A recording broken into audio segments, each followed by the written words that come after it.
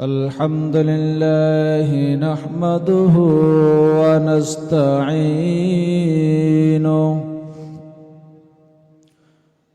ونستغفره ونستهديه ونؤمن به ونتوكل عليه ونشكره ولا نكفره ونعوذ بالله من شرور أنفسنا ومن سيئات أعمالنا من يهده الله فلا مضل له ومن يضلله فلا هادي له ونشهد أن لا إله إلا الله وحده لا شريك له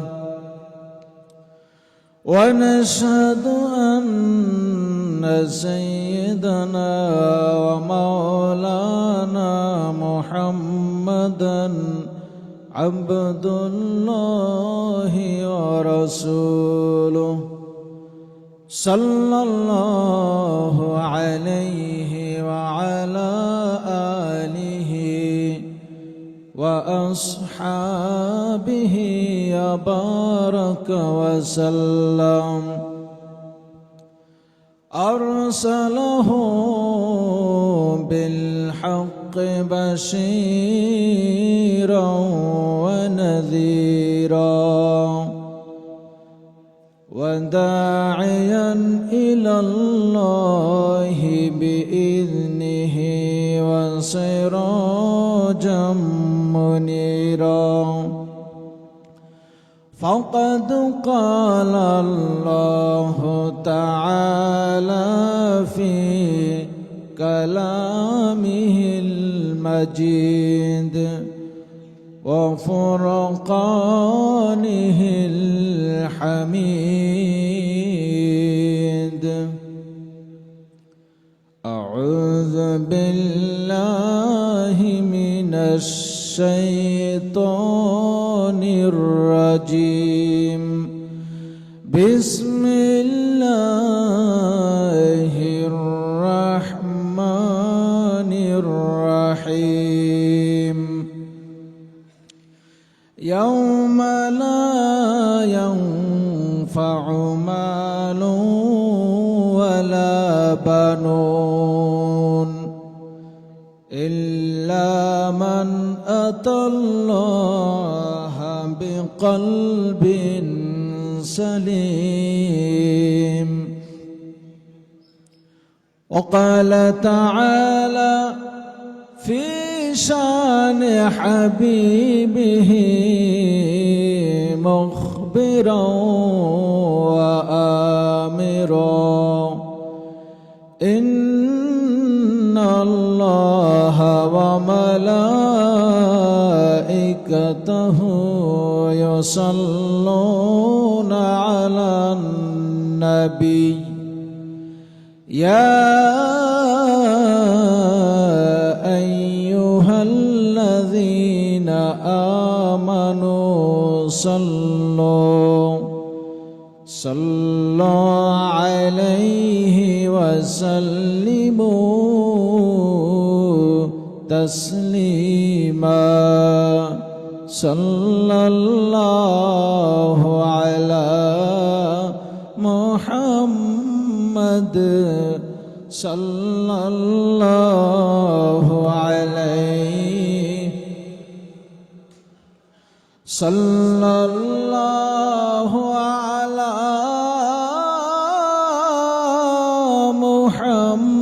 محمد সাল্লাল্লাহু আলাইহি ওয়াসাল্লাম ফামুহাম্মাদুনা হুয়া সাইয়্যিদুনা فالعز لنا لإجابته صلى الله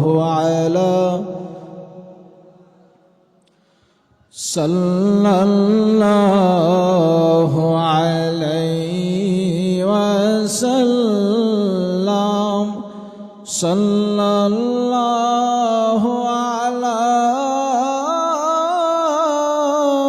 محمد صلى الله عليه وإسا جدين إما إقدر داني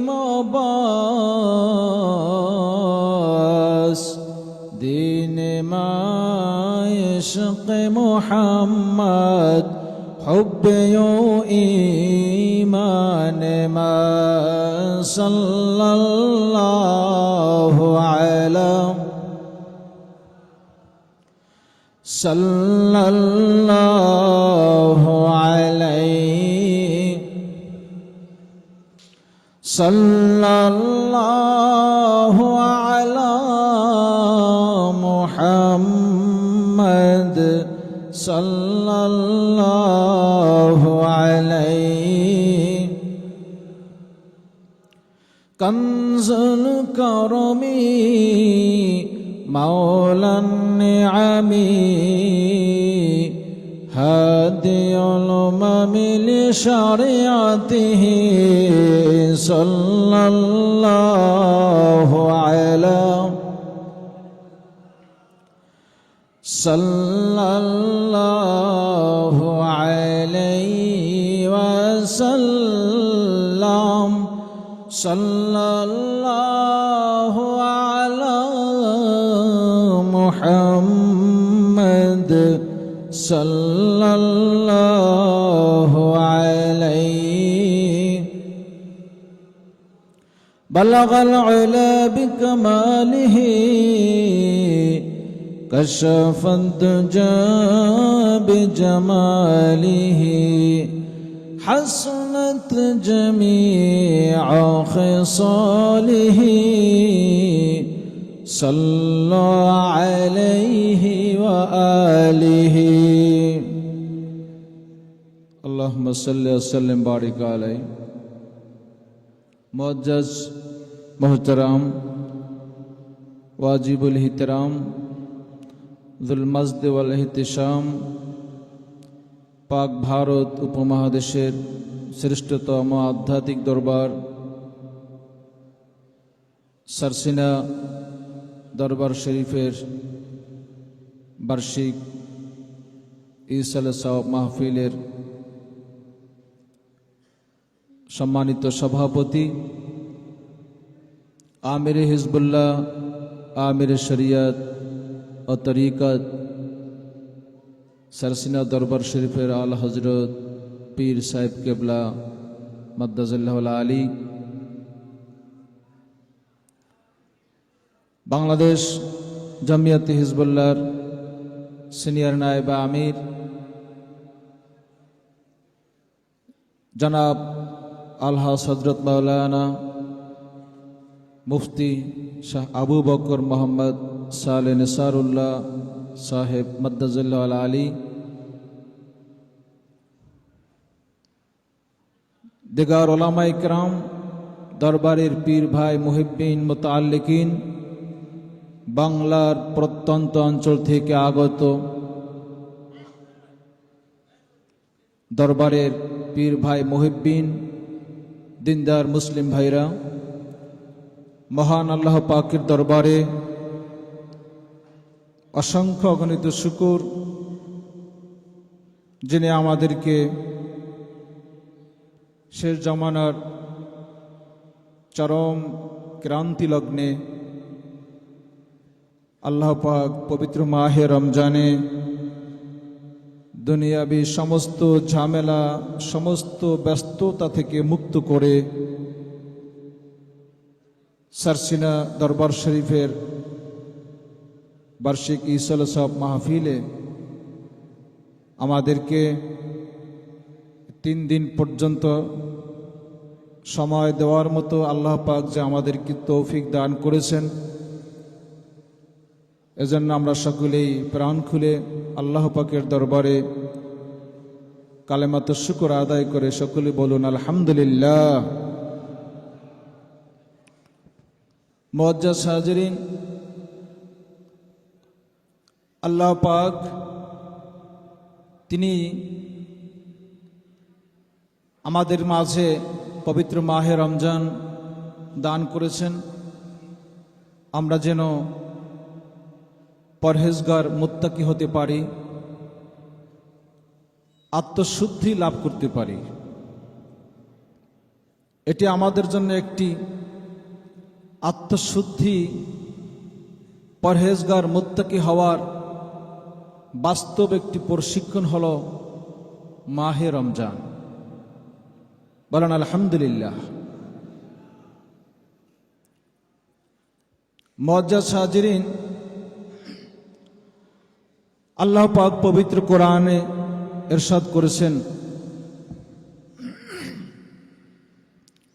ইয়া আইয়ুহাল্লাযীনা আমানু কুতিবা আলাইকুমুস সিয়ামু কামা কুতিবা আলাল্লাযীনা মিন ক্বাবলিকুম লাআল্লাকুম তাত্তাকুন।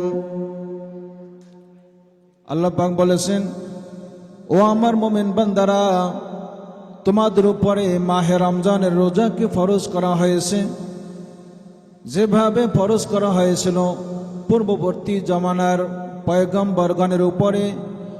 রমজান মাসের রোজা তোমাদের উপরে ফরজ করা হয়েছে কেন? আল্লাহ পাক জবাব দিয়েছেন, লাআল্লাকুম তাত্তাকুন, যেন তোমরা মুত্তাকি হতে পারো, পরহেজগারি অর্জন করতে পারো, খোদাভীতি অর্জন করতে পারো, আল্লাহওয়ালা হতে পারো। ঠিক কিনা বলেন? তাহলে তাকওয়া অর্জনের বাস্তব একটি প্রশিক্ষণ হলো মাহে রমজান। তাকওয়া মানে কি? তাকওয়া মানে হচ্ছে ভয় করা, আল্লাহকে ভয় করে দুনিয়ার যাবতীয় কাজকর্ম করা। তাকওয়া মানে কি? তাকওয়া মানে হচ্ছে বেঁচে থাকা, যাবতীয় অন্যায় অনাচার থেকে, যাবতীয় গুনার কাজ থেকে নিজেকে বাঁচিয়ে রাখা। সম্মানিত হাজিরিন, হযরত ওমর ফারুক রাদিয়াল্লাহু তাআলা আনহু হযরত কাব রাদিয়াল্লাহু তাআলা আনহুকে প্রশ্ন করলেন, তাকওয়া মানে কি? তাকওয়া কাকে বলে? হযরত কাব রাদিয়াল্লাহু তাআলা আনহু ওমর ফারুক রাদিয়াল্লাহু তাআলা আনহুকে বললেন, আপনি কি জঙ্গলের মাঝ দিয়ে কখনো চলাফেরা করেছেন? হ্যাঁ, বন জঙ্গলের মাঝখান দিয়ে আমি চলাফেরা করি। জঙ্গলের মাঝখানে যে রাস্তা থাকে অত্যন্ত সরু, দুই পাশে কাটা থাকে। আপনি কিভাবে চলেন রাস্তা দিয়ে? রাস্তা অনেক সরু, দুই পাশে কাটা, এই রাস্তা দিয়ে আপনি কিভাবে চলেন? হযরত ওমর ফারুক রাদিয়াল্লাহু তাআলা আনহু বললেন, ওই কাটাযুক্ত রাস্তা, চিকন রাস্তা, সরু রাস্তা, দুই পাশেই কাটা রয়েছে, এমন ভাবে আমি চলি যেন দুই পাশের কাটা আমার গায়ে বিদ্ধ না হতে পারে, আমার গায়ে যেন না লাগতে পারে। এত সতর্ক হয়ে আমাকে চলতে হয়। হযরত কাব রাদিয়াল্লাহু তাআলা আনহু বললেন, হে ওমর, এটার নামই তো তাকওয়া। এই যে আপনি রাস্তার দুই পাশে কাটা আছে, কাটাযুক্ত গাছ আছে, আপনি খুব সতর্ক হয়ে সাবধানতার সাথে আপনি যে রাস্তা দিয়ে হেঁটে চলেন, এই যে সতর্ক হয়ে চলেন যাতে কাটা লাগতে না পারে, এটাকেই বলা হয় তাকওয়া। সুবহানাল্লাহ। তার মানে হচ্ছে এই বিশাল পৃথিবীটা, এই পৃথিবীতে চলার সময় আমাদের জীবনের চলার পথে বন জঙ্গলের রাস্তার দুই পাশে যেরকম কাঁটা থাকে, কাঁটাযুক্ত গাছ থাকে, আমাদের জীবনের চলার পথের দুই পাশে এভাবে হাজার হাজার গুনার কাঁটা, পাপের কাঁটা বিছানো আছে। আমাদের জীবনের চলার পথে আমাদেরকে এমন ভাবে চলতে হবে যেন সেই গুনার কাঁটা আমাদের শরীরে, আমাদের গায়ে স্পর্শ করতে না পারে। অর্থাৎ গুনাহসমূহ থেকে আমাদেরকে পরহেজ করতে হবে, আমাদেরকে দূরে থাকতে হবে। এটার নামই হচ্ছে তাকওয়া। বলেন সুবহানাল্লাহ। আর সমস্ত কাজকর্মে আল্লাহ তাআলাকে ভয় করে দুনিয়াবী সকল কাজ করতে হবে। রোজা এটা এমন একটি ইবাদত,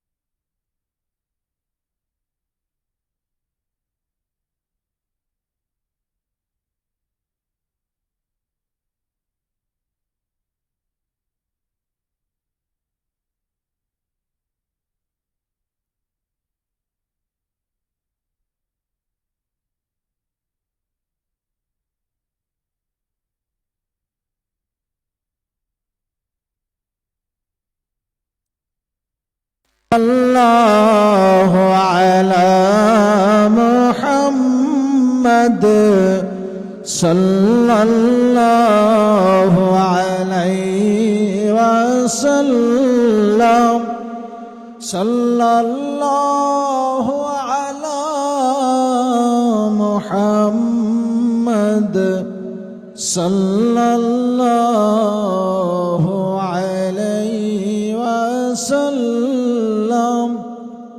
মুআজ্জাজ হাজিরিন, বলতেছিলাম রমজান মাসের রোজা এমন এক ইবাদত যেটা মানুষকে দেখানো যায় না। আপনার নামাজ, আপনার যাকাত, আপনার হজ, যাবতীয় আল্লাহ পাকের ইবাদত, এগুলো মানুষকে দেখানো যায়। এগুলো আমল করার মধ্য দিয়ে মানুষ আল্লাহ পাকের ভালোবাসা অর্জন করতে পারে। আবার যদি সে চায় দুনিয়াবী স্বার্থ হাসিল করতে পারে। নামাজ যদি মানুষকে দেখানোর জন্য পড়ে, হজ যদি মানুষকে দেখানোর জন্য দুনিয়ার স্বার্থে আদায় করে, সেই সুযোগও তার আছে, কিন্তু এটা করা যাবে না। ঠিক কিনা বলেন? দুটো উদ্দেশ্য থেকে যে কোনো একটা উদ্দেশ্য সে হাসিল করার সুযোগ লাভ করে।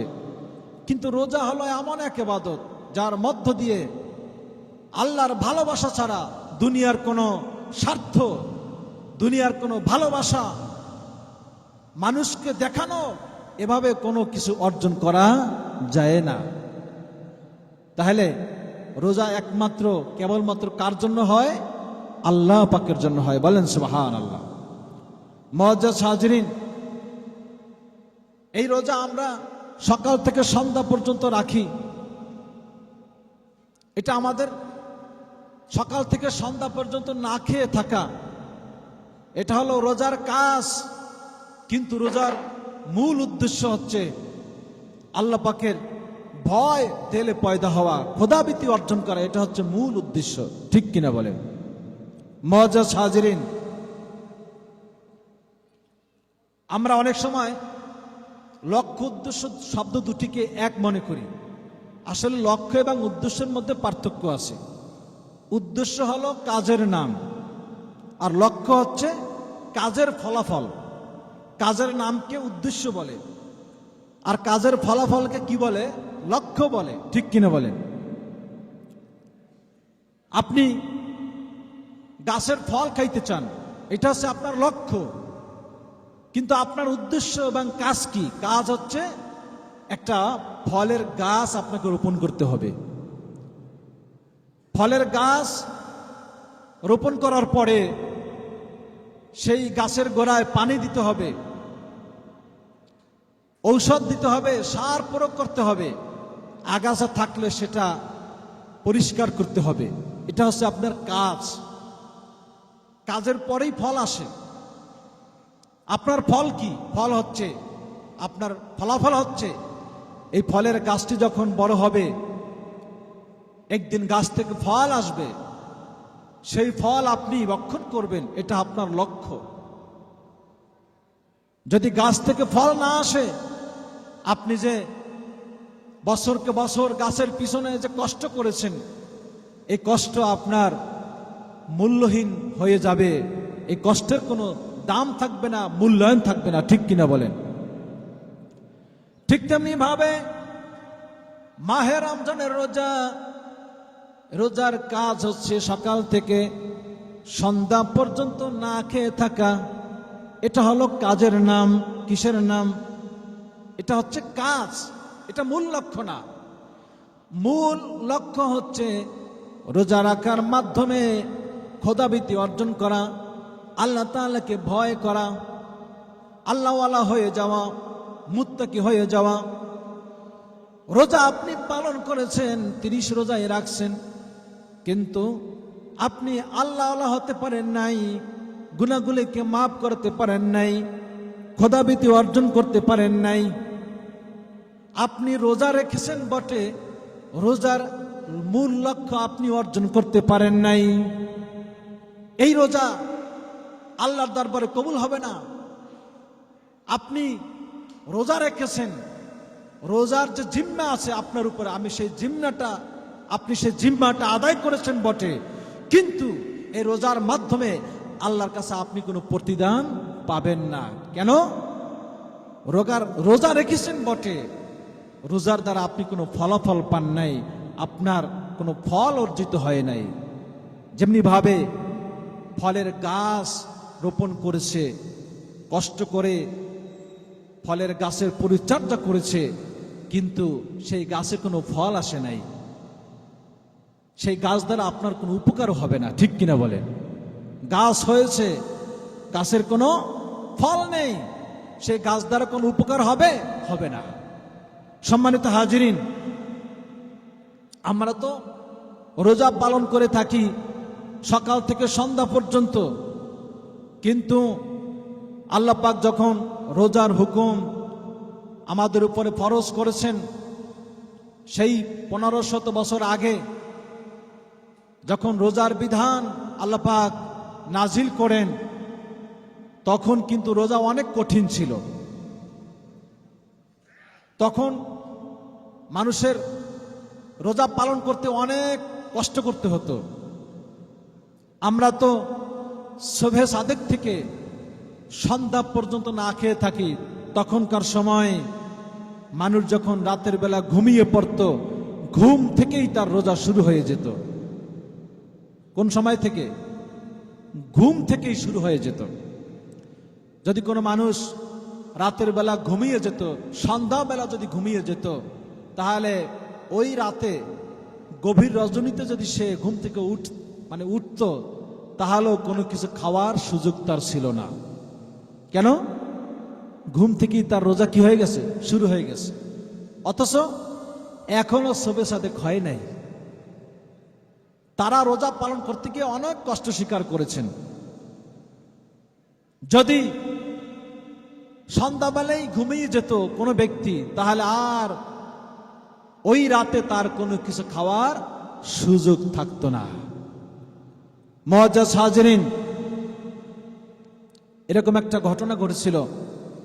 হযরত কায়েস ইবনে সিরমা রাদিয়াল্লাহু তাআলা আনহু, তিনি যখন রমজান মাসে রোজা পালন করলেন, সারাদিন তিনি কাজ করেন, সারাদিন কাজ করতে করতে তিনি ক্লান্ত হয়ে পড়লেন। সন্ধ্যাবেলা বাড়িতে ফিরে আসলেন, এসে স্ত্রীকে বললেন,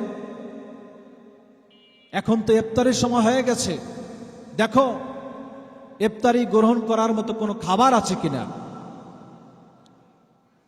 কায়েস ইবনে সিরমা রাদিয়াল্লাহু তাআলা আনহুর স্ত্রী বললেন, আপনার ইফতার গ্রহণ করার জন্য দেখি আমি কোনো কিছু পাই কিনা।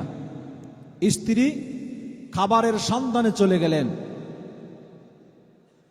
ঘরে কোনো কিছু খাবার নাই, তিনি ঘরের বাইরে চলে গেলেন ইফতারি আয়োজন করার জন্য। কিন্তু ততক্ষণে দেরি হয়ে গেল। হযরত কায়েস ইবনে সিরমা রাদিয়াল্লাহু তাআলা আনহু সারাদিন কাজ করেছেন, কাজ করতে করতে বিকালবেলা ক্লান্ত হয়ে পড়েছেন। এদিকে স্ত্রী খাবার আনতে গিয়েছিল, স্ত্রীর খাবার আনতে অনেক দেরি হয়ে গেছে। ইতিমধ্যে কায়েস ইবনে সিরমা রাদিয়াল্লাহু তাআলা আনহু ঘুমিয়ে পড়লেন। কারণ কি? সারাদিনের ক্লান্তি, যে কারণে পরন্ত বিকেল বেলা তিনি ইফতারি করতে দেরি হওয়ায়, খাবার আনতে দেরি হওয়ায় তিনি একটু ঘুমিয়ে পড়লেন। কিছুক্ষণ পরে স্ত্রী খাবার নিয়ে আসছে, আইসা দেখে তার স্বামী কায়েস ইবনে সিরমা তিনি ঘুমিয়ে পড়েছেন। তখন স্ত্রী আফসোস করলেন, হায়, তিনি ইন্না লিল্লাহ পড়লেন, এখন কি অবস্থা হবে। তার জন্য ইফতারি নিয়ে আসলাম, খাবার নিয়ে আসলাম, তিনি যেন ইফতারি গ্রহণ করতে পারেন, কিন্তু তিনি তো ঘুমিয়ে পড়েছেন। আর ওই সময় নিয়ম ছিল, ঘুমিয়ে পড়লে আর কোনো কিছুই খাওয়ার সুযোগ ছিল না, একেবারে সারা রাত না খেয়ে থাকতে হবে। পরের দিন আবার রোজা, সে রোজাও কিন্তু রাখতে হবে। মাঝখানে সাহারি খাওয়ার কোনো সুযোগ আছে কি? কোনো সুযোগ আছে? কোনো সুযোগ নাই। কেন? রোজা তো ঘুম থেকেই শুরু হয়ে গেছে। শেষ পর্যন্ত রাতের গভীরে যখন কায়েস ইবনে সিরমা রাদিয়াল্লাহু তাআলা আনহু ঘুম থেকে জাগলেন, তিনি অত্যন্ত ক্লান্ত হয়ে পড়লেন, পেটে অনেক ক্ষুধা, ইফতার করতে পারেন নাই। আর এখন যে কিছু খাইবেন সুযোগও নাই। আছে সুযোগ? সুযোগ আছে? সুযোগ নাই। বাধ্য হয়ে তিনি সারা রাত না খেয়েছিলেন। পরের দিন আবার সকালবেলা কাজের সন্ধানে বের হয়ে পড়লেন। পরের দিনও রোজা রাখতে হবে। আগের দিনও পুরো দিন রোজা রাখছে, রাতের বেলা কোনো কিছু খায় নাই। পরের দিন পুরা দিন আবার কি করছে? রোজা রাখছে। রোজা রাইখে এখন কি করতে আছে? কাজ করতেছে। তাহলে রোজা হয়ে গেল কয়দিন? 2 দিন। মাঝখানে রাতের মধ্যেও তিনি কিছু খাইতে পারেন নাই। তাহলে একটানা 2 দিন পর্যন্ত না খেয়ে থাকা, ঠিক কিনা বলেন? দিনের বেলা কাজ করতেছেন, কাজ করতে করতে এমনিতেই পেটের মধ্যে কিছু নাই।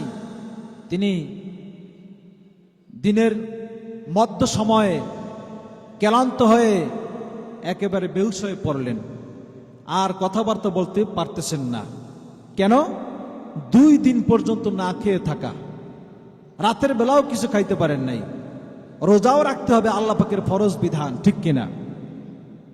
মুআজ্জাজ হাজিরিন, হযরত কায়েস ইবনে সিরমা রাদিয়াল্লাহু তাআলা আনহু তিনি যে বেহুশ হয়ে পড়লেন, রাসূল পাক সাল্লাল্লাহু আলাইহি সাল্লামের কাছে খবর পৌঁছে গেল, যায়েদ ইবনে সিরমা 2 দিন পর্যন্ত না খেয়ে আছে, রোজা রাখতেছে, আবার কাজও করতেছে। রাসূল পাক সাল্লাল্লাহু আলাইহি সাল্লাম খবর জেনে বললেন যে কায়েস ইবনে সিরমা সে কি রাতের বেলা কিছু খায় নাই? তখন উত্তরে বলা হলো, ইয়া রাসূলুল্লাহ, রাতের বেলা সে খাবে কিভাবে? ইফতারি করতে এসে বিলম্ব হয়, সে ঘুমিয়ে পড়েছে, যে কারণে আর কিছুই খাওয়ার সুযোগ তার হয়নি। রাসূল পাক সাল্লাল্লাহু আলাইহি সাল্লাম অনেক চিন্তায় পড়ে গেলেন, কি করা যায়? তখনই আল্লাহ পাকের পক্ষ থেকে আয়াত নাজিল হলো যে না, এভাবে কষ্ট করে আর রোজা রাখা যায় না। আল্লাহ পাক আয়াত নাজিল করলেন। আল্লাহ পাক বলেছেন, ওয়াকুলু ওয়াশরাবু হাত্তা ইয়াতাবায়ানা লাকুমুল খাইতুল আবিয়াদু মিনাল খাইতিল আসওয়াদি মিনাল ফাজর।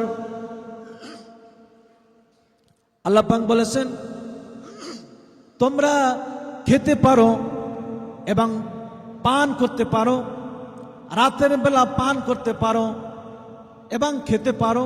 কোন পর্যন্ত? লাকুমুল খৈতুল আবিয়াদু মিনাল খৈতিল আসওয়াদে, কালা রেখা কালা সুতা থেকে সাদা সুতা যখন পরিষ্কার হবে, ওই সাদা সুতা যখন পরিষ্কার হবে সেই পর্যন্ত তোমরা খাইতে পারো। কালো সুতা এবং সাদা সুতা, কালো সুতা থেকে যখন সাদা সুতা পরিষ্কার হবে, স্পষ্ট হবে, তখন পর্যন্ত খাইতে পারো। আল্লাহ তাআলা আয়াত নাজিল করে দিলেন।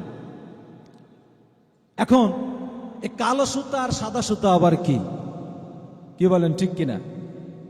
কালো সুতো দ্বারা বোঝানো হয়েছে আপনার রাতের অন্ধকার, আর সাদা সুতো দ্বারা বোঝানো হয়েছে শুভে সাদেক, সকালের শুভ্রতা।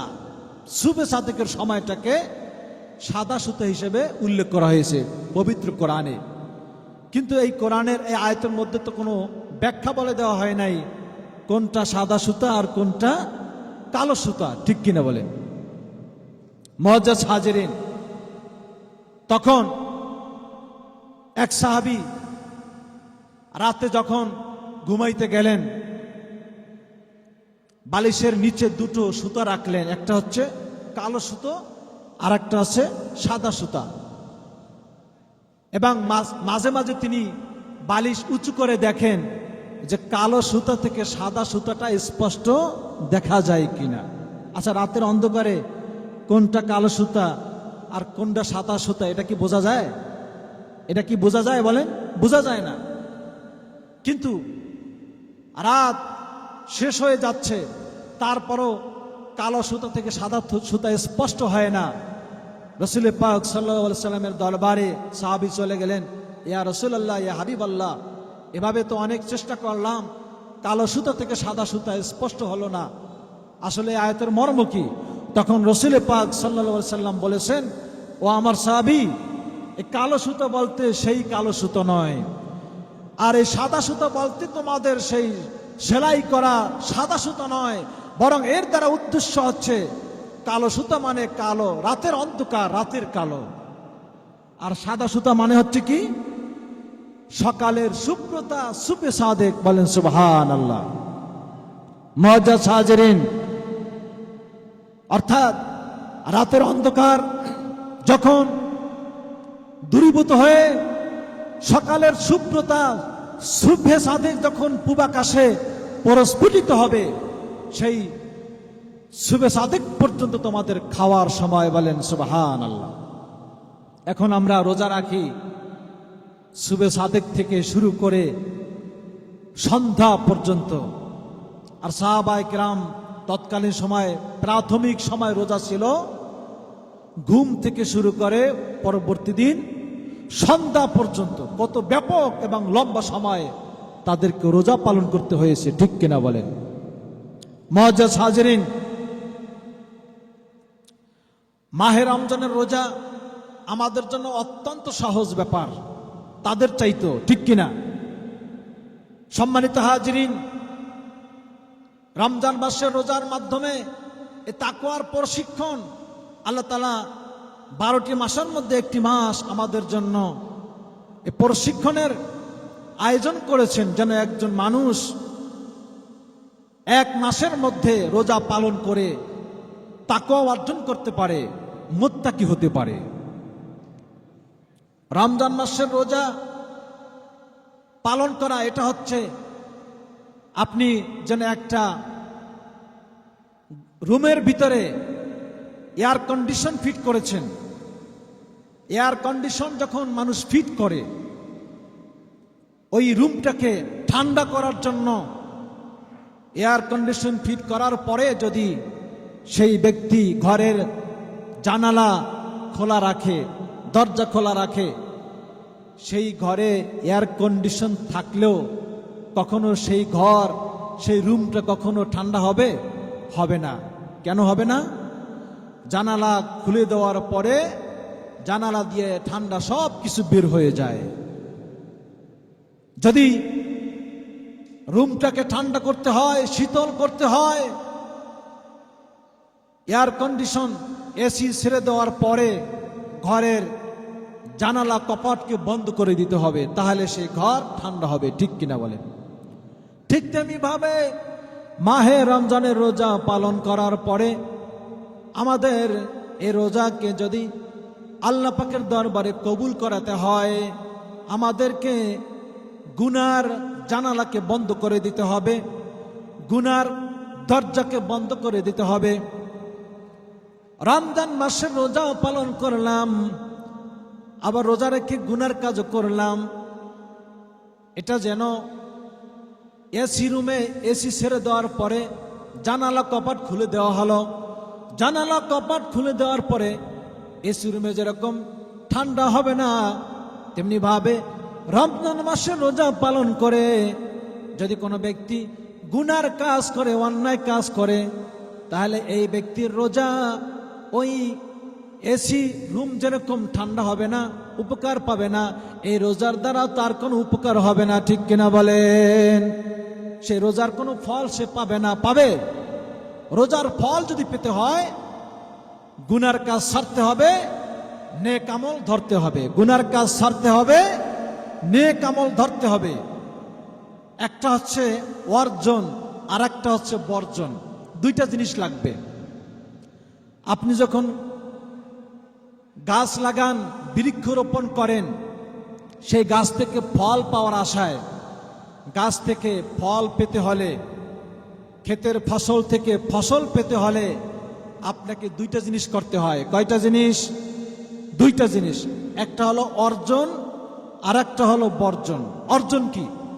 অর্জন হলো আপনি ফলের চারা রোপণ করার পরে অর্জন মানে হলো ওই চারার গোড়ায় যে আগাছা হয়েছে সে আগাছা পরিষ্কার করে আপনাকে পানি দিতে হবে। আপনি পানি দিবেন, প্রয়োজনে সার দিবেন। এই সার দেওয়া এবং পানি দেওয়া এটা হচ্ছে অর্জন। আবার বর্জন করতে হবে। বর্জন মানে হচ্ছে গাছের গোড়ায় যে আগাছা জন্ম নিয়েছে এই আগাছাকে আপনাকে পরিষ্কার করতে হবে। আগাছা পরিষ্কার হলো বর্জন। আর অর্জন কি? গাছের গোড়ায় পানি দেওয়া এবং সার প্রয়োগ করা, এটা হচ্ছে অর্জন। গাছের এটা হচ্ছে গাছের খোরাক। আর বর্জন হলো গাছের গোড়ার থেকে আগাছা পরিষ্কার করতে হবে। যেরকম একটা ফলদার বৃক্ষ, ঠিক তেমনি ভাবে রোজা হলো ফলদার বৃক্ষের মতো। এই রোজা থেকে, রোজা নামক বৃক্ষ থেকে আপনাকে যদি ফল পেতে হয় আপনাকে অর্জন এবং বর্জন দুইটা জিনিস করতে হবে। অর্জন হলো আল্লাহ তাআলা আপনার উপরে যে হুকুম করেছেন, ইবাদত করার জন্য নির্দেশ করেছেন, নেক আমলের হুকুম করেছেন, আপনাকে নেক আমল করতে হবে, আল্লাহ পাকের ইবাদত করতে হবে, এটা হচ্ছে অর্জন। আর বর্জন হলো আপনার জীবনে যতগুলো গুনাহ আছে এই গুনাহগুলি আপনাকে বর্জন করতে হবে। গুনার আগাছা পরিষ্কার করতে হবে, অন্তর থেকে ধুয়ে মুছে সাফ করতে হবে, এটা হচ্ছে বর্জন। তাহলে অর্জন এবং বর্জন দুইটা জিনিস এখানেও আছে। যখন আপনার রোজা আল্লাহর হুকুম মেনে আল্লাহর ইবাদতের সাথে যাবতীয় গুনাহ বর্জন করে আপনি রোজা রাখতে পারবেন, সেই রোজা আল্লাহ পাকের দরবারে কবুল হয়ে যাবে। সেই রোজা নামক বৃক্ষ থেকে আপনি ফল লাভ করতে পারবেন। বলেন সুবহানাল্লাহ। মোহব্বতে পড়েন সাল্লাল্লাহু আলা মুহাম্মদ সাল্লাল্লাহু আলাইহি ওয়াসাল্লাম। সাল্লাল্লাহু আলা মুহাম্মদ সাল্লাল্লাহু আলাইহি ওয়াসাল্লাম। فمحمدنا هو سيدنا فالعز لنا لإجابته صلى الله على সাল্লাল্লাহু আলাইহি ওয়াসাল্লাম সাল্লাল্লাহু আলা মুহাম্মদ সাল্লাল্লাহু আলাইহি। মুআজ্জাজ হাজরিন, আমরা রোজা পালন করি, আল্লাহর ফেরেশতাও রোজা পালন করে, কিন্তু আল্লাহর ফেরেশতাগণের রোজা এর কোনো সওয়াব হয় না, তারাও না খেয়ে থাকে। আর আমরা সারা বছর ভক্ষণ করি, পানাহার করি, রমজান মাসে পানাহার পরিত্যাগ করি। রমজান মাসের একটি মাস পানাহার পরিত্যাগ করা আল্লাহ পাকের নিকট অত্যন্ত প্রিয়, বলেন সুবহানাল্লাহ। আল্লাহর ফেরেশতারাও না খেয়ে থাকে, আল্লাহর ফেরেশতারা আল্লাহ পাকের ইবাদত করে, আল্লাহর ফেরেশতারা জিকির আজকার করে, তাসবিহ জপে।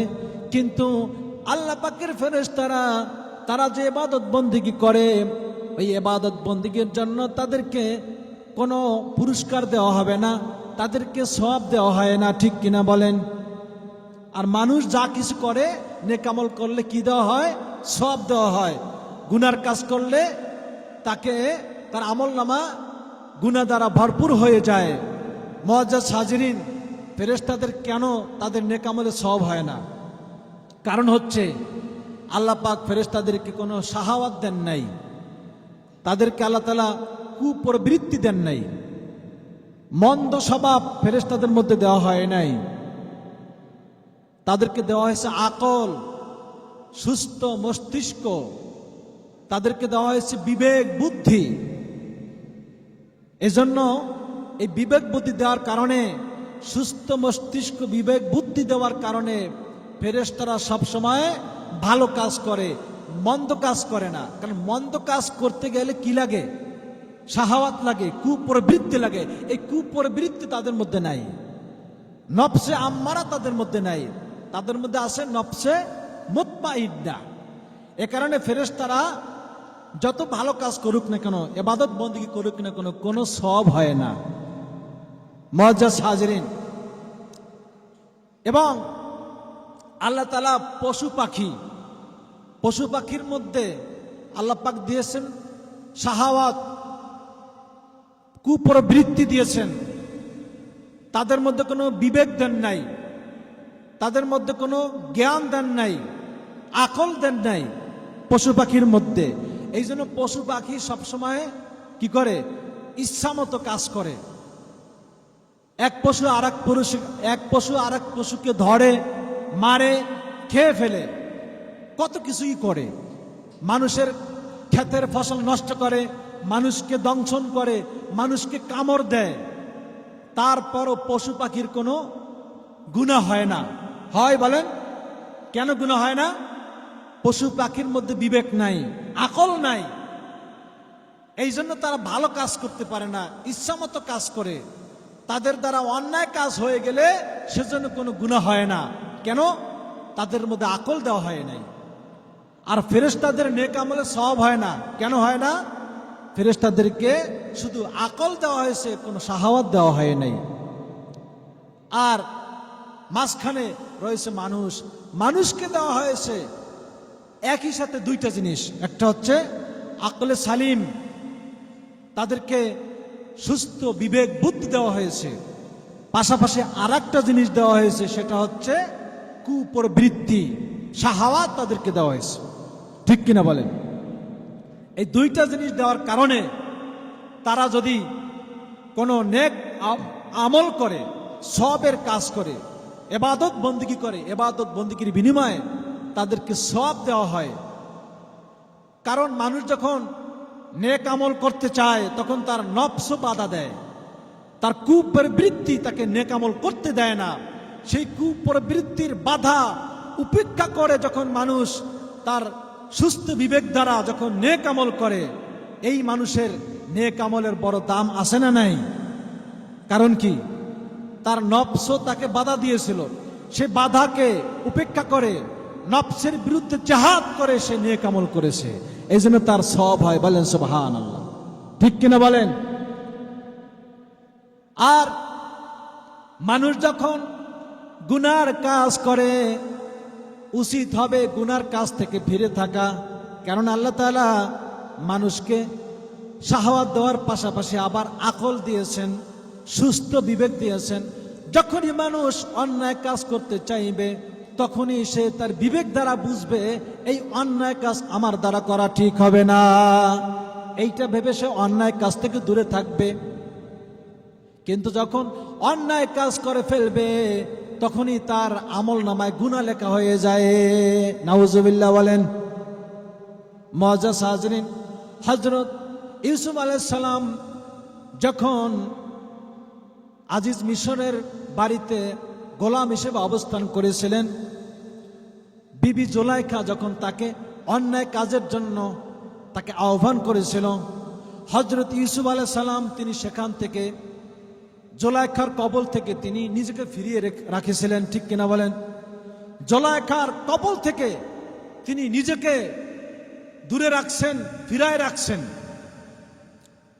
অথচ ইউসুফ আলাইহিস সালাম জুলাইখা সেই পরিবেশের মধ্যে অন্যায় কাজ করার শতভাগ সুযোগ তার ছিল, সেই পরিবেশ সেখানে ছিল।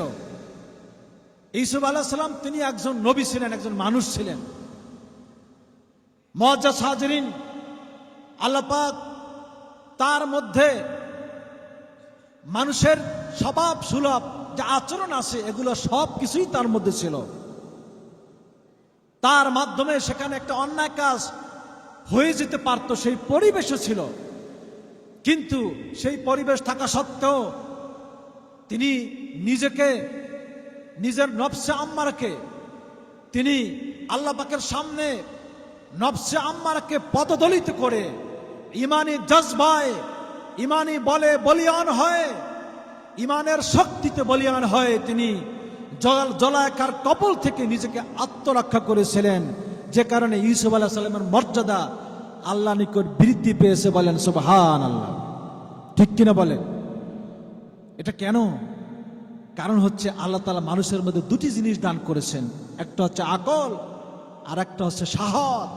কিন্তু প্রকৃত মুমিন হবে ওই ব্যক্তি যে ব্যক্তি শাহাওয়াতকে পদদলিত করে সুস্থ মস্তিষ্ক এবং তার আকলকে প্রাধান্য দিয়ে যখন সে আল্লাহর ইবাদত করবে তখনই সেই ব্যক্তি আল্লাহর বান্দা থেকে আল্লাহ পাকের বন্ধু হয়ে যাবে। বলেন সুবহানাল্লাহ। আল্লাহ পাকের বান্দা থেকে আল্লাহ পাকের ওলি হয়ে যাবে। ঠিক কিনা বলেন? মুআজ্জাজ হাজরিন, অথচ আমরা দুনিয়ার মানুষ কি করি? আমরা নফসে আম্মারার ধোকায় পড়ে দুনিয়ার ভালোবাসায় মত্ত হয়ে যাই। দুনিয়াকে আমরা এত গুরুত্ব দিতে শুরু করি, শেষ পর্যন্ত আমরা পরকালকে কখনোই মাথায় চিন্তার মধ্যে আনতে চাই না। মুআজ্জাজ হাজরিন, মানুষ পরকালের চাইতে দুনিয়াকে যতটা গুরুত্ব দেয়, যদি এইরকম সমান গুরুত্ব পরকালকে দিত, কিন্তু মানুষ সেই সমান গুরুত্বটুকুও দেয় না। দুনিয়াকে যতটুকু গুরুত্ব দেয় অতটুকু গুরুত্ব দুনিয়ার মানুষ পরকালকে দেয় না, তার 10 ভাগের 1 ভাগও দেয় না। ঠিক কিনা বলেন? অথচ মানুষের পরকাল হইল আসল জীবন, আসল ঠিকানা। সম্মানিত হাজিরিন, যখন আমরা যখন সামান্য সময়ের জন্য আমরা যখন কোনো যাত্রা পথে আমরা যখন কোথাও যাই, আমরা কোনো গন্তব্যস্থলে গেলে যদি 2 দিন থাকতে হয়, সেখানে আমরা গিয়ে 2 দিন অবস্থান করি কোনো এক হোটেলে, ভাড়া দিয়ে, টাকা পয়সা দিয়ে ভাড়া দিয়ে আমাদেরকে সেখানে 2 দিন সময় থাকতে হয়। আমাদের বাড়িঘর হলো আমাদের মৃত্যু পর্যন্ত একটা স্থায়ী নিবাস। কিন্তু যেখানে আপনি 2 দিন সময়ের জন্য গেলেন, একটা আবাসিক হোটেলে আপনি যখন অবস্থান করলেন 2 দিন সময়ের জন্য, ওই 2 দিন সময়টাকে আপনি বেশি গুরুত্ব দেন নাকি আপনার স্থায়ী ঠিকানা আপনি যেখানে বাড়িতে অবস্থান করেন সেইটাকে আপনি বেশি গুরুত্ব দেন? অবশ্যই আপনি আপনার বাড়িতে যে স্থায়ী ঠিকানা আছে সেটাকে আপনি বেশি গুরুত্ব প্রদান করেন। 2 দিনের জন্য যেই আবাসিক হোটেলে আপনি গিয়ে অবস্থান করলেন, সে আবাসিক হোটেলে আপনি কি বিছানা, খাট, পালং নিয়ে, থালা বাসন নিয়ে অবস্থান করেন? কখনই করেন না। তো বোঝা গেল দুনিয়াতে সামান্য সময়ের জন্য যে কোথাও গেলে সেই জায়গাটাকে আমরা বেশি একটা গুরুত্ব প্রদান করি না। আমাদের সবচেয়ে গুরুত্ব প্রদান করি আমাদের স্থায়ী ঠিকানাকে। ঠিক তেমনি ভাবে আমাদের স্থায়ী ঠিকানা হচ্ছে পরকাল, আমাদের মূল গন্তব্য হচ্ছে পরকাল। আমাদের পরকালকে দুনিয়ার জীবনের চাইতে বেশি গুরুত্ব প্রদান করতে হবে, ঠিক কিনা বলেন? মুআজ্জাজ হাজিরিন, মাহে রমজান মাসে আল্লাহ তাআলা আমাদেরকে রোজা রাখার জন্য হুকুম করেছেন। উদ্দেশ্য হলো তাকওয়া অর্জন করা, খোদাভীতি অর্জন করা। রমজান মাসে যে জিনিসটা আগে আমাদের জন্য হালাল ছিল, পানাহার করা হালাল ছিল, সেই জিনিসটাও আমাদের জন্য আল্লাহ তাআলা হারাম করে দিয়েছেন। দিনের বেলা আমরা সেটা পানাহার করতে পারি না। সম্মানিত হাজিরিন, দিনের বেলা পানাহার করা আমাদের জন্য হালাল ছিল, সেই হালাল জিনিসটা আমাদের জন্য কি হয়ে গেল? রমজান মাসে দিনের বেলা হারাম হয়ে গেল। কিন্তু যেই জিনিসটা আগেও হারাম ছিল, সেই জিনিসটা যেরকম মনে করেন মিথ্যা কথা, অন্যায় কাজ, গুনার কাজ, পাপের কাজ, এগুলি রমজান মাসের আগেও কিন্তু হারাম ছিল। দেখা যায় রমজানের রোজা পালন করার পরেও, রোজা রাখিও মানুষ গুনার কাজ করে, মিথ্যা কথা বলে। আগেও সুদের কারবার করেছিল, রমজান মাসেও সুদের কারবার করে, আছে না নাই? সম্মানিত হাজিরিন, রমজান মাসে পানাহার যেটা হালাল ছিল সেটা হারাম হয়ে গেল। আর যে রমজান মাসের আগে হারাম কাজটা, সেটাও রমজান মাসে আরো বেশি হারাম হয়ে যাবে, ঠিক কিনা বলেন? কিন্তু রোজা রাখি, আমরা না খেয়ে থাকি, না খেয়ে থেকেও আমরা গুনার কাজে লিপ্ত হয়ে যাই। গুনার কাজ যদি আমরা করি এবং রোজাও রাখি, এই দুইটা জিনিস কখনো একসাথে চলতে পারে না। এরকম যদি কোনো ব্যক্তি করে থাকে, সেই ব্যক্তি রোজা আল্লাহ পাকের দরবারে কবুল হবে না, ঠিক কিনা বলেন? আল্লাহ তাআলা বলেছেন হাদিসে কুদসির মধ্যে, আস-সাওমু লি ওয়া আনা আজজি বিহি, রোজা আমার জন্যই, আমার ভালোবাসায়, আমার মহব্বত পাওয়ার জন্য আমার বান্দারা রোজা পালন করে। ওয়া আনা আজজি বিহি, আমি রোজার পুরস্কার নিজেই প্রদান করব। এই রোজার পুরস্কার স্বয়ং আল্লাহ, আমরা আল্লাহ পাকের দিদার লাভ করতে পারবো, ঠিক কিনা বলেন? মুআজ্জাজ হাজিরিন, যে ব্যক্তি আল্লাহকে পাইছে তার কি আর কোনো কিছু পাওয়ার বাকি আছে?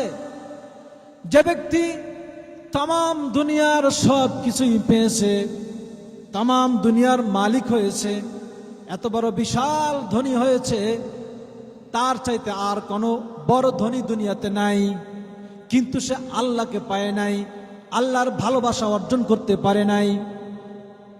তাম বিশ্বের মালিক হওয়া সত্ত্বেও, তাম পৃথিবীর সব কিছু পাওয়া সত্ত্বেও যে ব্যক্তি আল্লাহকে পায়নি, আল্লাহ পাকের ভালোবাসা অর্জন করতে পারে নাই, সেই ব্যক্তি যেন কিছুই পায় নাই, ঠিক কিনা বলেন?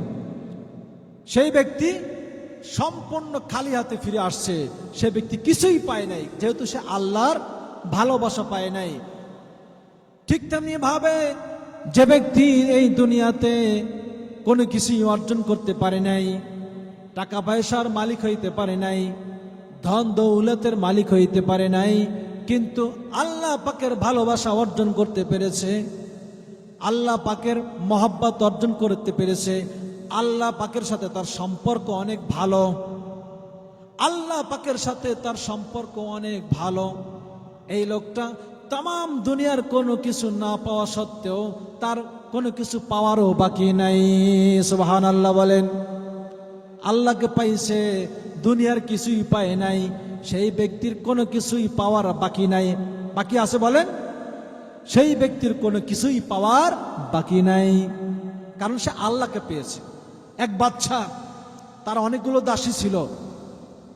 তার মধ্যে একজন দাসী ছিল অত্যন্ত কালো কুৎসিত এবং অন্য দাসীগণ তারা ছিল সুন্দরী। কিন্তু এতগুলো দাসীর মধ্যে যে কালো কুৎসিত এই দাসীটাকে বাচ্চা খুব ভালোবাসে, মহব্বত করে। এখন অন্য সকল দাসীরা তারা তাদের এজন্য মন খারাপ যে আমাদেরকে তেমন একটা মহব্বত করে না, কিন্তু কালো কুৎসিত চেহারার দাসীকে বাদশা অনেক ভালোবাসে। কারণটা কি? তাদের মন খুবই বেজার। বাদশার কাছে বললেন, বাদশা ব্যাপারটা কি? আপনি এত কালো কুৎসিত দাসীকে বেশি বেশি ভালোবাসেন কেন? বাদশা বললেন, তোমাদেরকে আমি একটু পরীক্ষা করি। তোমরা আমার কাছে আগামীকাল চলে এসো, তোমাদেরকে আমি একটা পুরস্কার দিতে চাই। তোমরা যে যা চাইবে তোমাদেরকে তাই দেওয়া হবে। পরের দিন সকল দাসী উপস্থিত, এক একজন এক একটা দাবি করতে লাগলো। কেউ দাবি করলো, আমি এত এত সম্পদ চাই, বাদশা তাকে তাই দিয়ে দিলেন। কোন দাসী দাবি করলো, আমি এত এত স্বর্ণ অলংকার চাই, কোটি কোটি টাকার স্বর্ণ চাই, বাদশা তাকে তাই দিয়ে দিলেন। এভাবে করে করে সকলের চাহিদাই পূরণ হয়ে গেল। শেষ পর্যন্ত সর্বশেষ কালো কুৎসিত দাসীকে বললেন যে, হে তুমি কি চাও, তোমার কি চাহিদা আছে? কালো কুৎসিত চেহারার অধিকারী দাসী বলল, হে বাচ্চা, আমি কোনো কিছুই চাই না, আমি একমাত্র কেবলমাত্র আপনাকে চাই। বলেন সুবহানাল্লাহ, আমি আপনাকে চাই। তখন বাদশা বললেন যে, হে দাসীরা, তোমরা যে মনক্ষুণ্ণ হয়েছিলে, দেখো কালো কুৎসিত দাসীকে আমি কেন ভালোবাসি। কারণ সে আমাকে অত্যন্ত ভালোবাসে, সে দুনিয়ার কোনো কিছুই চায় না, সে আমাকেই পাইতে চায়। বলেন না সুবহানাল্লাহ। তাহলে তোমাদেরকে যে আমি কেন ভালোবাসি না তোমরা সবাই বুঝতে পেরেছো। আর এই কালো দাসী সে যেহেতু আমাকে চায়, কাজেই আমাকে যেহেতু সে পাইতে চায়, তাহলে কোনো কিছুই পাওয়ার বাকি থাকে না। কেন, আমাকে যে পাইছে, আমার মহব্বত ভালোবাসা অর্জন করতে পেরেছে, তাকে তো আমি সব কিছুই দিয়ে দেব। আমি যদি চাই পুরো রাজত্ব তাকে দিয়ে দিতে পারি, ঠিক কিনা বলেন? এজন্য বাদশাকে দাসী ভালোবাসে, মহব্বত করে, আর কিছুই চায় না। ওই দাসীর আর কোনো কিছু পাওয়ারও বাকি থাকে না। ঠিক তেমনি ভাবে আমরা যদি আল্লাহর ভালোবাসা অর্জন করতে পারি, আল্লাহর মহব্বত লাভ করতে পারি, দুনিয়ার কোনো কিছুই যদি আমরা নাও পাই, তারপরও আমাদের কোনো কিছু পাওয়ার বাকি থাকবে না, ঠিক কিনা বলেন? মুআজ্জাজ হাজিরিন, দুনিয়ার সম্পদ অর্জন করা অন্যায় নয়, কিন্তু দুনিয়ার সম্পদ অর্জন করতে গিয়ে যদি কোনো মানুষ আল্লাহকে ভুলে যায়, আল্লাহ পাকের মহব্বতকে প্রাধান্য দেয় না, দুনিয়ার মহব্বতে মশগুল হয়ে যায়, তখন ওই ব্যক্তির এই সম্পদ ওই ব্যক্তির জন্য বিপদের কারণ হয়ে দাঁড়ায়, ঠিক কিনা বলেন? আর যদি কোনো ব্যক্তি সম্পদের মালিক হয়, সে যদি 1000 কোটি টাকারও মালিক হয়ে যায়, কিন্তু সম্পদ যদি তার অন্তরকে ঘায়েল করতে না পারে, আল্লাহর মহব্বত থেকে ফিরিয়ে রাখতে না পারে, সে সম্পদের সঠিকভাবে সম্পদ আল্লাহর রাস্তায় ব্যয় করে, আল্লাহর মহব্বত সবসময় তার অন্তর আল্লাহর দিকে থাকে, ওই ব্যক্তির সম্পদ থাকা সত্ত্বেও সে আল্লাহ পাকের ওলি হয়ে যায়। বলেন সুবহানাল্লাহ। ব্যক্তির সম্পদ আছে, কিন্তু তার মনের খেয়াল, অন্তরের একমাত্র অভিষ্ট লক্ষ্য হচ্ছে আল্লাহ তাআলা। সম্পদ তাকে কখনই ঘায়েল করতে পারে নাই। এই ব্যক্তির সম্পদ থাকা সত্ত্বেও সে আল্লাহ পাকের ওলি। বলেন সুবহানাল্লাহ। আর যে ব্যক্তির কোনো সম্পদ নাই, সে ব্যক্তি একেবারে নিঃস্ব, দরিদ্র। যে ব্যক্তি সম্পদহীন, টাকা নাই, পয়সা নাই, কিন্তু অন্তরের মধ্যে সবসময় দুনিয়া দুনিয়া, সবসময় দুনিয়ার ধ্যান ধারণা তার কলবের মধ্যে সবসময় বিদ্যমান থাকে, আল্লাহ পাকের ভালোবাসা তার অন্তরে নাই। সে বলে, আল্লাহ তাআলা আমাকে সম্পদ দেয়নি, আমি আল্লাহর শুকরিয়া আদায় করব কেন? বলে নাউজুবিল্লাহ। আল্লাহ পাক তাকে সম্পদ দেয় না, এই জন্য সে শুকরিয়া আদায় করতে চায় না। বলে না নাউজুবিল্লাহ। এই ব্যক্তি সম্পদ না থাকা সত্ত্বেও তার মনের মধ্যে, তার হৃদয়ের মধ্যে শাহাওয়াত কুপ্রবৃত্তি এত গালেব হয়ে গিয়েছে, আল্লাহ পাকের ভালোবাসা, আল্লাহর সন্তুষ্টি তার দিলের মধ্যে নাই। এই লোকটা কোনো কিছুর মালিক না হওয়া সত্ত্বেও, ধন সম্পদের মালিক না হওয়া সত্ত্বেও সে সবচেয়ে বড় দুনিয়ার, ঠিক কিনা বলে? সে কি হয়ে গেল? দুনিয়াদার হয়ে গেল। আর যে ব্যক্তি সম্পদের মালিক হওয়া সত্ত্বেও সম্পদ তার অন্তরকে ঘায়েল করতে পারে নাই, আল্লাহ পাকের মহব্বত থেকে তারে ফিরে রাখতে পারে নাই, সেই ব্যক্তি সম্পদের মালিক হওয়া সত্ত্বেও আল্লাহ পাকের ওলি বলেন সুবহানাল্লাহ। মহব্বতে পড়েন সাল্লাল্লাহু আলা মুহাম্মদ সাল্লাল্লাহু আলাইহি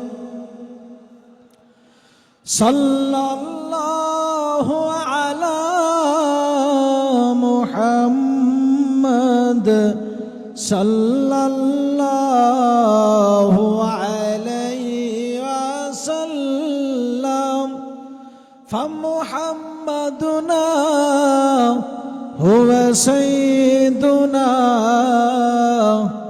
ফালইজ্জু লানা লিজাবাতিহি সাল্লাল্লাহু আলা সাল্লাল্লাহু আলাইহি ওয়াসাল্লাম সাল্লাল্লাহু আলা মুহাম্মদ সাল্লাল্লাহু আলাইহি। মুআজ্জাজ হাজিরিন, মানুষের মধ্যে আল্লাহ তাআলা কুপ্রবৃত্তি দান করেছেন, শাহাওয়াত দিয়েছেন, আবার আকলও দিয়েছেন। এজন্য মানুষের অন্তর তিন ধরনের হয়ে থাকে: নফসে আম্মারা, নফসে লাওয়ামা, নফসে মুতমাইন্না। মানুষের অন্তর, মানুষের কলব তিন ধরনের। একটা হচ্ছে আম্মারা, আম্মারার অধিকারী যারা, তারা সব সময় অন্যায় কাজ করে, অন্যায় কাজের মধ্যে মজা পায়।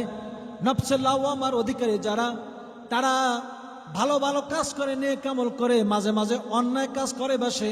অন্যায় কাজ করলেই মনের ভিতরে অনুশোচনা আসে, হায় আমার অন্যায় কাজটা ঠিক হয় নাই, পাপের কাজ করা ঠিক হয় নাই। এভাবে অন্তরের মধ্যে একটা অনুশোচনা চলে আসে। নফসে লাওয়ামার অধিকারী যারা, তারাও ভালো মানুষ।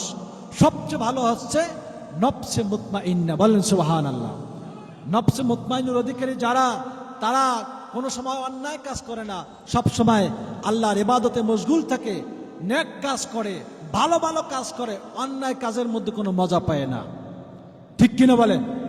সম্মানিত হাজিরিন, মানুষ নফসে আম্মারের অধিকারী যারা, তারা যখন গুনার কাজ করতে চায়, গুনার কাজের মধ্যে একটা মজা পায়, একটা স্বাদ পায়। গুনার কাজে যদি স্বাদ না পাইতো, সে কি অন্যায় কাজ করতো? অন্যায় কাজ করতো না। যখন মানুষ চুরি করে, চুরি করার মধ্যে সে মজা পায় কি পায় না? মজা না পেলে সে চুরির কাজ করত? যে ব্যক্তি ধূমপান করে, ধূমপান করার মধ্য দিয়ে মজা পায় কি পায় না? ধূমপান করার মধ্য দিয়ে সে একটা মজা পায়, কিন্তু মজা না পাইলে সে ধূমপান করতো না। যে ব্যক্তি মদ পান করে, মদ পান করার মধ্য দিয়ে একটা মজা পায়, পায় কি পায় না?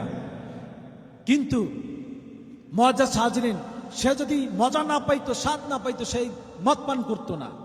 তবে যারা নফসে মুতমাইন, নফসে আম্মারের অধিকারী, যারা অন্যায় কাজ করে, তারা যে গুনার মধ্যে মজা পায়, তাদের জেনে রাখা দরকার, গুনার মধ্যে যেরকম মজা আছে, গুনার কাজের মধ্যে তেমনি সাজাও আছে।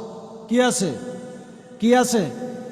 গুনার কাজে যেরকম মজা আছে, গুনার কাজে আবার সাজা আছে। গুনার মজা হলো ক্ষণে স্থায়ী, সামান্য সময়ের জন্য, আর গুনার সাজা হলো চিরস্থায়ী। গুনার সাজা হলো দুইটা। কয়টা? দুইটা। একটা হলো দুনিয়ায়, আর একটা হচ্ছে পরকালে। দুনিয়ায় যখন কোনো আল্লাহর বান্দা সামান্য সময়ের জন্য গুনার কাজ করে, এক মুহূর্তের জন্য গুনার কাজ করে, পরকালে তার জন্য সাজা আছে না নাই? মজা পেয়েছিল কতটুকু সময়? এক মুহূর্ত সময়, এক সেকেন্ড সময়। পরকালে তাকে সাজা দেওয়া হবে, তাও কি এক সেকেন্ড? কতটুকু? পরকালে দুনিয়াতে সামান্য এক সেকেন্ডের জন্য গুনার কাজ করেছে, পরকালে তার সাজা এক সেকেন্ড নয়, 1 ঘন্টা নয়, 1 দিন নয়, 1 মাস নয়, 1 বছর নয়, হাজার হাজার বছর, কোটি কোটি বছর পর্যন্ত জাহান্নামের শাস্তি ভোগ করতে হবে। ঠিক কিনা বলেন? গুনার কাজ করেছে কতটুকু? এই যে সামান্য একটু সময়, 1 সেকেন্ড সময় পরিমাণ একটু গুনার কাজ করেছে, কিন্তু সাজা হলো পরকালে হাজার হাজার কোটি কোটি বছর পর্যন্ত জাহান্নামের শাস্তি। ঠিক কিনা বলেন? এটা তো হলো পরকালের। দুনিয়াতে আসে না নাই? দুনিয়াতেও সাজা আসে না নাই? দুনিয়াতে যারা গুনার কাজ করে, দুনিয়াতেও একটা নগদ শাস্তি আছে। নগদ শাস্তি এটা আল্লাহ তাআলা কেন রাখছেন? পরকালে শাস্তি রাখলেই তো হতো, দুনিয়া আবার কেন শাস্তি রাখলেন? দুনিয়ায় সাজা রাখছেন এই জন্য যাতে করে আল্লাহর বান্দা পরকালে শাস্তি তো অনেক পরে পাইবে, দুনিয়ার শাস্তি পাইয়া যেন সে গুনার কাজ থেকে ফিরে থাকে, গুনার কাছ থেকে সে যেন ফিরে থাকে। মজা হাজিরিন, দুনিয়াতে গুনার সাজা হইল যখন কোনো ব্যক্তি চুরি করে, যখন সে ধরা খায়, তখন তার লজ্জার অপমানের কোনো শেষ নাই। ঠিক কিনা বলেন? আছে না নাই? এটা হলো দুনিয়ার শাস্তি। অপমান এক ধরনের শাস্তি, আবার যন্ত্রণা আরেক ধরনের শাস্তি। যখন চুরি করে ধরা খায় তখন তাকে আযাব দেওয়া হয়, শাস্তি দেওয়া হয়, তাকে তখন গণধোলাই দেওয়া হয়। ঠিক কিনা বলেন? তাহলে দুনিয়াতে শাস্তি দেওয়া হয়, সেটা আবার 2 ধরনের। একটা হচ্ছে অপমান, একটা কি অপমান, আর একটা হইল যন্ত্রণা। অপমান আর যন্ত্রণা। পরকালও আল্লাহ তাআলা 2 ধরনের শাস্তি রাখছেন। কয় ধরনের? একটা হলো যন্ত্রণা, আযাবে আলিম, আযাবুন আলিমুন, আর একটা হচ্ছে আযাবুম মুহিন, অপমানজনক শাস্তি। বলেন নাউজুবিল্লাহ। দুনিয়াতেও অপমানজনক শাস্তি আছে, যন্ত্রণাদায়ক শাস্তি আছে। যখন গুনাহগার গুনার কাজ করে তখন তার কোনো সম্মান থাকে না, অপমান নিয়ে তাকে জীবন কাটাইতে হয়। এবং গুনার কাজ যদি এমন হয় মানুষের হক সংক্রান্ত, তখন সেই ব্যক্তিকে শাস্তিও দেওয়া হয়, যন্ত্রণা অনুভব করতে হয়। ঠিক কিনা বলেন? যেমন চোর, তাকে গণধোলাই দেওয়া হয়, জেলের মধ্যে আটকিয়ে রাখা হয়। ঠিক কিনা বলেন? এটা হলো তার শাস্তি। সম্মানিত হাজিরিন, তো গুনার কাজ করলে মজা আছে, সাজা আছে। তো মজা হলো সামান্য সময়ের জন্য, সাজা কি চিরস্থায়ী। দুনিয়াতেও আছে, পরকালেও আছে। তাহলে গুনার কাজ করার মধ্যে ফায়দা কম না বেশি? অনেক কম, কিন্তু সাজা অনেক বড়। কাজেই গুনার কাজ ছাড়তে হবে। গুনার দৃষ্টান্ত দেওয়া হয়েছে মানুষের যে শরীরে যেরকম চুলকানি হয়, চুলকানি হয় না, অ্যালার্জি হয় না? যখন মানুষের গায়ে অ্যালার্জি হয়, চুলকানি হয়, তখন মানুষ শরীর চুলকাইতে থাকে। চুলকাইতে অনেক মজা পায়, স্বাদ পায়, কিন্তু এই মজা এবং স্বাদ কি দীর্ঘ সময় থাকে? থাকে না। যখন মানুষ চুলকানির কারণে শরীর চুলকাইতে থাকে, অ্যালার্জির কারণে চুলকাইতে থাকে, মানুষ মজা পায়, স্বাদ পায় সামান্য সময়। যতক্ষণ পর্যন্ত শরীর চুলকাইতে থাকে ততক্ষণ পর্যন্ত মজা পায়। ঠিক কিনা বলেন? যখন চুলকাইতে চুলকাইতে চামড়া উঠে যায় তখনই তার কিন্তু শাস্তি শুরু হয়ে যায়। ঠিক কিনা? সাজা শুরু হয়ে যায়। চুলকাইছিল 1 মিনিট সময় ধরে, মজাও পেয়েছিল 1 মিনিট সময়, চামড়া উঠে গেছে, কোনো খবর নাই। খবর আছে? চামড়া উঠে গেছে, খবর নাই। কিন্তু এখন জ্বলাইতে আছে, জ্বলায় না? এমন ভাবে জ্বলায় সেইখানে শেষ পর্যন্ত ঘা হয়ে যায়, খুজলি পাসরা হয়ে যায়। ঠিক কিনা বলেন? তা ঘা হয়ে গেল, খুজলি পাসরা হয়ে গেল। এখন তার যে কষ্ট, এটা কি 1 মিনিট না অনেক দিনের জন্য? অনেক দিনের জন্য হয়ে গেল। ঠিক কিনা বলেন? এটাতে গেল শারীরিক কষ্ট। অর্থনৈতিক কষ্ট আছে না? ডাক্তারের কাছে যাইতে হয়, ডাক্তারের কাছে ভিজিট দিয়ে, টাকা দিয়ে, ফি দিয়ে তাকে দেখাইতে হয়। সেখানে 1000 টাকা চলে যায়, আবার ঔষধ কিনতে 5000 টাকা চলে যায়। এইতে গেল অর্থনৈতিক লস, অর্থনৈতিক ক্ষতি। 5 থেকে 6000 টাকা চলে গেল তার ঔষধের জন্য, ডাক্তার দেখাইতে গিয়ে। আবার সে শারীরিক কষ্ট পাইল, অনেক ব্যথা পাইতেছে। তাহলে 2 ধরনের শাস্তি সে পেয়ে গেল। দুই ধরনের কষ্ট সে পেয়ে গেল।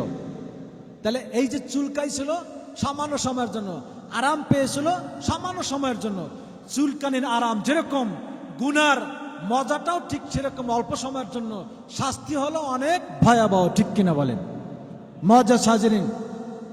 আর যে সমস্ত মানুষগুলি যেকে রাজকার করতে করতে, আল্লাহর ইবাদত করতে করতে যখন নফসে মুতমাইনের অধিকারী হয়ে যায়, কলবে সালিমের অধিকারী যখন হয়ে যায়, আল্লাহ তাআলা পবিত্র কোরআনে বলেছেন, ইয়াওমা লা ইয়ানফাউ মালু ওয়ালা বানুন ইল্লা মান আতাল্লাহা বিকলবিন সালিম। কিয়ামতের ময়দানে মানুষের সন্তান, মানুষের সম্পদ কোনো কাজে লাগবে না, কেবলমাত্র সেই ব্যক্তি আল্লাহর কাছে মুক্তি পাইবে যেই ব্যক্তি একটা সুস্থ অন্তঃকরণ নিয়ে, নফসে মুতমাইন্না নিয়ে আল্লাহর কাছে হাজির হবে, সেই ব্যক্তি মুক্তি পাবে। বাকি সকলেই আল্লাহর পাকড়াওয়ের শিকার হয়ে যাবে। নাউজুবিল্লাহ। লাগবে কি? নফসে মুতমাইন্না। সম্মানিত হাজিরিন, নফসে মুতমাইন্নার অধিকারী যারা আল্লাহর জিকির করতে করতে অন্তরে আল্লাহর ভালোবাসা কায়েম করেছে, আল্লাহর মহব্বত কায়েম করেছে, নফসে মুতমাইনার অধিকারী যারা, তারা কোনোদিন অন্যায় কাজ করতে চায় না। অন্যায় কাজের মধ্যে সামান্য স্বাদও আছে, তারপরও তারা সে কাজ করে না। কেন করে না? তারা ঈমানের স্বাদ পেয়েছে, নেক আমলের স্বাদ পেয়েছে, আল্লাহর মহব্বতের ভালোবাসার স্বাদ তাদের অন্তরে পয়দা হয়েছে। বলেন সুবহানাল্লাহ।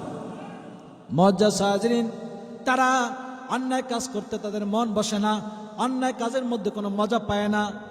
তারা শুধু নেকের কাজ করে, নেক আমলের মধ্যে মজা পায়, নেক আমলের মধ্যে স্বাদ পায়, ঠিক কিনা বলেন? নেক আমলের ভিতরে কি পায়? মজা পায়, স্বাদ পায়, ঠিক কিনা? যেমন যদি কোনোদিন নেক আমল করতে না পারে, তাহলে তাদের মনের ভিতরে পেরেশানি বেড়ে যায়। হায়, আজকে নেক আমলটা করতে পারলাম না, আজকে সকালবেলা ফজরের নামাজের পরে এশাকের নামাজ পড়তে পারলাম না, হায়, এত ব্যস্ততার মধ্যেও এশাক নামাজ আমার ফৌত হয়ে গেল, মনের ভিতরে আফসোস সৃষ্টি হয়, ঠিক কিনা বলেন? যখন সকালবেলা ফজরের নামাজ পড়তে মসজিদে চলে আসে, ঘটনাক্রমে কোনোদিন যদি ঘুম থেকে উঠতে দেরি হয়ে যায়, মসজিদে এসে ফজর নামাজ পড়তে আইসা জামাত যদি ছুটে যায়, ফৌত হয়ে যায়, মনের ভিতরে আফসোস চলে আসে, হায়, আজকে ফজর নামাজ জামাতে পড়তে পারি নাই। কেন? ঘুম থেকে উঠতে অনেক দেরি হয়ে গেছে। নফসে মুতমাইনের অধিকারী যারা, তারা তাদের মনের ভিতরে তখন আফসোস সৃষ্টি হয়, ঠিক কিনা বলেন? দেখেন, শীতের মধ্যে আরামের ঘুমকে হারাম করে ল্যাপ কম্বল ফেলে দিয়ে ঘুম থেকে ওঠা, এটা কি আরামের কথা না কষ্টের কথা? নিশ্চয়ই কষ্টের কথা। তারপরও এই কষ্ট স্বীকার করে মসজিদে এসে ফজর নামাজ জামাতে পড়তে তার মনের ভিতরে একটা আত্মতৃপ্তি সে পেয়ে যায়। বলেন সুবহানাল্লাহ। তো বোঝা গেল, নেক আমলের মধ্যে সে স্বাদ পাইছে, মজা পাইছে। নেক আমলের মধ্যে স্বাদ এবং মজা, গুনায় যেরকম সাজা দুইটা, নেক আমলে মজাও দুইটা। নেক আমলে কয়টা মজা? দুইটা মজা। গুনাহ করলে সাজা দুইটা, দুনিয়াতেও সাজা আছে, পরকালেও সাজা আছে। আর নেক আমলে মজা, সাজা তো নাই, বরং মজা আছে দুইটা, দুনিয়াতে একটা, পরকালে একটা। পরকালে আল্লাহ পাক তাকে জান্নাত দান করবেন। আর দুনিয়াতে কি আছে? যখন কোনো মানুষ নেক আমল করতে করতে আল্লাহ পাকের প্রিয় হয়ে যায়, তখন তার মনের ভিতরে একটা প্রশান্তি আসে, ঠিক কিনা বলেন? সবসময় সে প্রশান্তি নিয়ে থাকে। মনের শান্তি বড় শান্তি। মনের শান্তি কি? বড় শান্তি, ঠিক কিনা বলেন? যদি এই লোকটা কোনো বিপদের মধ্যেও পড়ে যায়, বিপদে আল্লাহ পাকের দরবারে সে বিপদের মধ্যেও শুকরিয়া আদায় করে, বিপদের মধ্যেও সে সবর করে, বিপদের মধ্যে শুকরিয়া আদায় করে, এভাবে সে অন্তরে প্রশান্তি পায়, ঠিক কিনা বলেন? ঠিক কিনা বলেন? মজ্জা সাজরিন, যখন আল্লাহ তাআলার নিয়ামত লাভ করব, তখন শুকরিয়া করব কার? কার শুকরিয়া করব? আল্লাহ পাকের শুকরিয়া করব। যখন মানুষ বিপদের মধ্যে পড়বে, তখন কি করবে? সবর করবে। কি করবে? সবর করবে। নফসে মুতমাইনের অধিকারী যারা বিপদের মধ্যে সবর করিয়া তারা অন্তরে প্রশান্তি পায়, বলেন সুবহানাল্লাহ। নফসে মুতমাইনের অধিকারী যারা, আল্লাহ পাকের ওলি যারা বিপদের মধ্যে সবর করে করে তারা অন্তরে বড় প্রশান্তি পায়, বলেন সুবহানাল্লাহ। ঠিক কিনা বলেন? যখন নিয়ামত লাভ করব তখনও আল্লাহ পাকের হুকুম আছে, আল্লাহ পাকের ইবাদত আছে, সেটা হলো শুকর আদায় করা। শুকর আদায় করাও ইবাদত, ঠিক কিনা বলেন? আর যখন মোমেন বান্দা বিপদের মধ্যে আক্রান্ত হবে তখন তার ইবাদত দুইটা। কয়টা? দুইটা ইবাদত। একটা হলো সবর করা, 2 নম্বরে শুকর আদায় করা। বলতে পারেন বিপদে আবার শুকর কিসের? বিপদে আবার শুকর কিসের? হ্যাঁ, বিপদের মধ্যেও শুকর আছে না নাই? বিপদের মধ্যে আপনি শুকর আদায় করবেন এই ভেবে আল্লাহ তাআলা আমাকে যে বিপদ দিয়েছেন এর চাইতে বড় বিপদ অন্য মানুষকে দিয়েছেন, আমাকে এত বড় বিপদ দেন নাই, এইটা ভেবে শুকর আদায় করতে হবে। অথবা আপনি শুকর আদায় করবেন আল্লাহ তাআলা আমাকে যে বিপদ দিয়েছেন এর চাইতে বড় বিপদ দিতে পারতেন, ওই বড় বিপদটা না দিয়ে আল্লাহ তাআলা আমাকে ছোট বিপদ দিয়েছেন। এজন্য আপনি কি করবেন? আল্লাহর দরবারে শুকরিয়া আদায় করবেন। বিপদের মধ্যেও কি করতে হয়? শুকরিয়া আদায় করতে হবে। কার? আল্লাহ পাকের, ঠিক কিনা বলেন? মুআজ্জাজ হাজিরিন, মানুষ যখন বিপদের মধ্যে আক্রান্ত হয়ে যায়, বালা মুসিবতে আক্রান্ত হয়, তখন মোমেন বান্দার গুনাহগুলি আল্লাহ তাআলা মাফ করে দেয়, বলেন সুবহানাল্লাহ। বিপদ দেশে আপনাকে আল্লাহ তাআলা বিপদের কারণে আপনার গুনাহ ক্ষমা করে দিয়েছে। আচ্ছা, গুনাহ যদি ক্ষমা করে দেওয়া হয় সেজন্য কি করতে হবে? শুকরিয়া আদায় করতে হবে না? তা গুনাহ মাফের জন্য, গুনাহগুলি যে আমলনামা থেকে আল্লাহ তাআলা মাফ করে দিয়েছেন, এজন্য কি করতে হবে? শুকরিয়া আদায় করতে হবে। আল্লাহ তাআলা আপনাকে বিপদ দিয়েছেন, এই বিপদের কারণে আল্লাহ তাআলা আপনার নেক বাড়িয়ে দিয়েছেন, বলেন সুবহানাল্লাহ। আপনি যদি সবর করতে পারেন আল্লাহ তাআলা আপনার নেককে বাড়িয়ে দিবেন। তো বিপদের মধ্যে যদি আল্লাহ নেক বাড়াই দেয় তাহলে কি করতে হয়? শুকরিয়া আদায় করতে হয়। সবর তো করতেই হবে, পাশাপাশি শুকর আদায় করতে হবে। আবার অনেক সময় এরকম হয় আল্লাহ তাআলা বিপদ দিয়েছেন, এই বিপদের কারণে পরকালে আপনার সম্মানকে বাড়াই দিয়েবেন, পরকালে আপনার সম্মান এবং মর্যাদা আল্লাহ তাআলা বুলন্দ করে দিবেন। দুনিয়ার বিপদ দ্বারা আল্লাহ তাআলা পরকালের বিপদ দূর করে দিবেন, বলেন সুবহানাল্লাহ। দুনিয়ার বিপদ দ্বারা কি হবে? পরকালের বিপদ দূর হয়ে যাবে। তাহলে দুনিয়ার বিপদের মাধ্যমে যদি পরকালের বিপদ দূর হয়ে যায় সেজন্য কি করতে হবে? আল্লাহর দরবারে শুকর আদায় করতে হবে, ঠিক কিনা বলেন? তাহলে মোমেনের বিপদে ইবাদত কয়টা? দুইটা। কয়টা? শুকর। যখন আল্লাহর নেক বান্দা, মোমেন বান্দা আল্লাহর পক্ষ থেকে নিয়ামত পায় তখন ইবাদত একটা, শুকর আদায়। যখন আল্লাহর বান্দা বিপদের মধ্যে পড়ে যায় তখন তার ইবাদত দুইটা, একটা না দুইটা। 1 নম্বরে সবর করবে, 2 নম্বরে শুকর আদায় করবে, বলেন সুবহানাল্লাহ।